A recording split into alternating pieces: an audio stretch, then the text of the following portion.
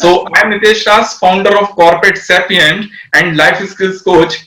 My passion is to help support people to develop their mind approach, their thought, and develop their lifestyle. That's amazing. That's amazing. So, can I know about your background?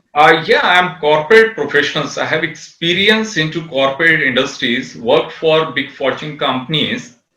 I started my career from finance background, then I moved to management profile. Okay. And now I am developing my own project, my own business, wherein we are developing the entrepreneurs in the country. Oh, Yeah. great. Okay.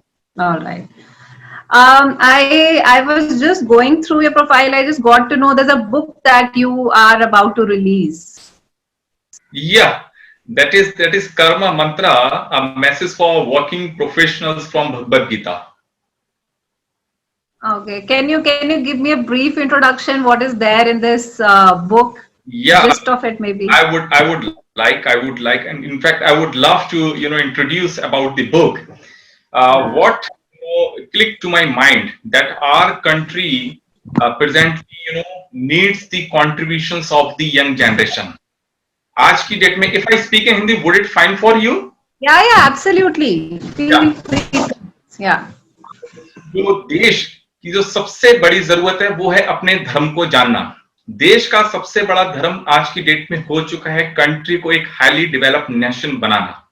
जिस highly developed nation को बनाने के लिए हमारी country young generation, young India कहलाती है और young generation के कॉन्ट्रीब्यूशंस की जरूरत है। इसलिए इस बुक में मैंने वो एस्पेक्ट को कवर करने की कोशिश करी है जिस एस्पेक्ट्स के बेसिस पर भगवान श्री कृष्ण ने भगवत गीता का मैसेज दिया था अर्जुन को, और उस मैसेज में अर्जुन के लिए अधर्म के खिलाफ युद्ध करने के लिए खड़ा किया था, किसी पूजा पाठ की विधि को नहीं बताया था। तो आज यंग जनरेशन के लिए भी सबसे इंपॉर्टेंट है ये जानना कि हमारा धर्म क्या है।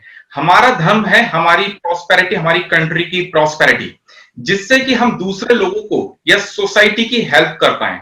उसके लिए हमें सबसे ज्यादा जरूरी होगा कि वो मेथड्स को अपनी लाइफ में अप्लाई करना जो हमारी सक्सेस को श्योर कर पाए।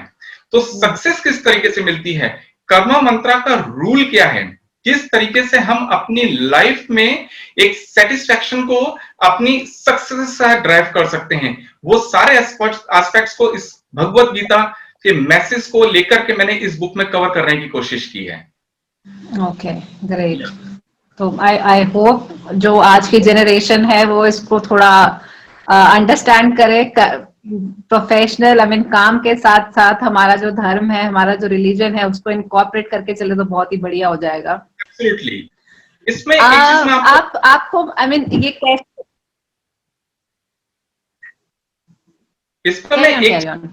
इसमें मैं आपको एक चीज और ऐड करना चाहूंगा।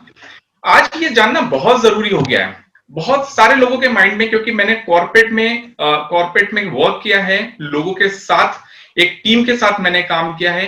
अलग अलग थॉट प्रोसेस हैं, अलग अलग डायमेंशंस हैं अपने काम को सोचने के लिए, अपने धर्म को सोचने के लिए और अपनी पूजा पाठ को सोचने के लिए। लेकिन एक सबसे इंपॉर्टेंट टास्क समझना ये जरूरी है कि हमारी सबसे पहली पूजा वो है जो हमें रेस्पॉन्सिबिलिटी मिली है। कोई भी व्यक्ति अगर अपने घर में बैठ करके 1 घंटा पूजा करके और ऑफिस के लिए 1 घंटे लेट हो जाता है, ये अप्रोच कितनी ठीक है?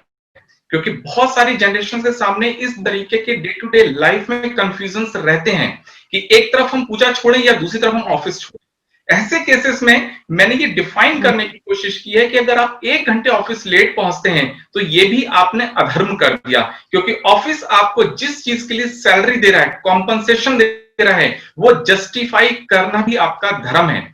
और जब आप अपनी ऑफिस या आप अपनी जो ऑफिशियल ड्यूटीज हैं उनको प्रॉपर परफॉर्म करते हैं तो कंपनी भी ग्रो करेगी, कंपनी एम्प्लॉयमेंट भी देगी, और जब कंपनी एम्प्लॉयमेंट देगी तो कंट्री की पर कैपिटा इनकम भी बढ़ेगी और उसके साथ साथ कंट्री ग्रो भी करेगा।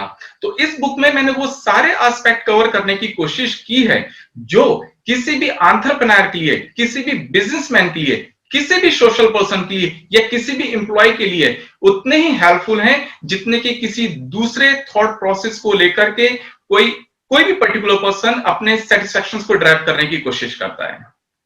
लेकिन आज की जनरेशंस या जो लोग इस प्रॉब्लम को फेस कर रहे हैं, उनके लिए होपलेस होने की कोई जरूरत नहीं है, क्योंकि अगर कोई सिचुएशन डिफिकल्ट होती है तो वो अपने आप में एक चेंजेस को लेकर के भी आती है।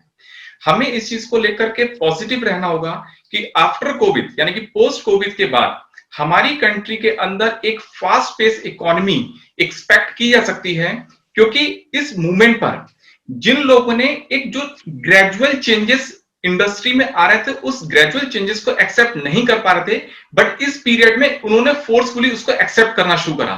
बहुत सारे लोग जिनको ऑनलाइन प्लेटफॉर्म्स की नॉलेज थी भी नहीं या वो उस टाइम पर लेना चाह भी नहीं रहते, लेकिन ग्रेजुअली एक पीरियड के बाद ये ट्रांसफॉर्म इंडस्ट्री होनी ही थी।